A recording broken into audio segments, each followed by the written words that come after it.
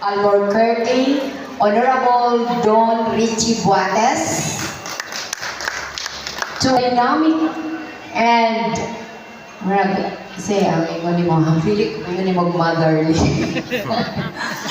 Our newly installed Public Schools District Supervisor of Albuquerque, Dr. Maria Rosana Dablo, S. Dablo.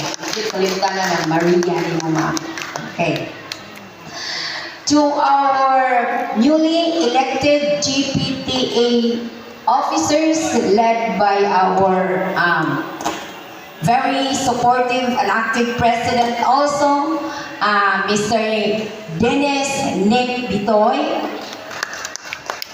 To our master teachers, learners, a pleasant afternoon to all of us.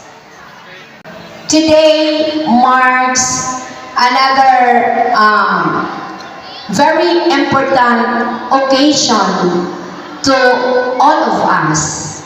For we gathered here for our 2026-2027 GPTA oath-taking ceremony. Your support and your coordination to San Roque National High School. To our newly elected officers, congratulations. Albert Salgado, Mr. Charles Agonia. So, nakinumulog po na ako maligo sa San Roque. Muna ako sa DA, so mamit na ako sa San Roque. So, muna nag-abot na ni Ma'am, napasalamat ko na siya, kaya nakinumulog ko na siya, nakadungog na mga payon ko sa San Roque. Serving San Roque National High School for our partnership in molding our learners. Our learners are growing with changes in technology, fast-growing, fast-changing technology in our community, and usahay basin o mailisan na ta sa technology ang mga parents at sa home dili naman ang kada bata kay sige na o cellphone.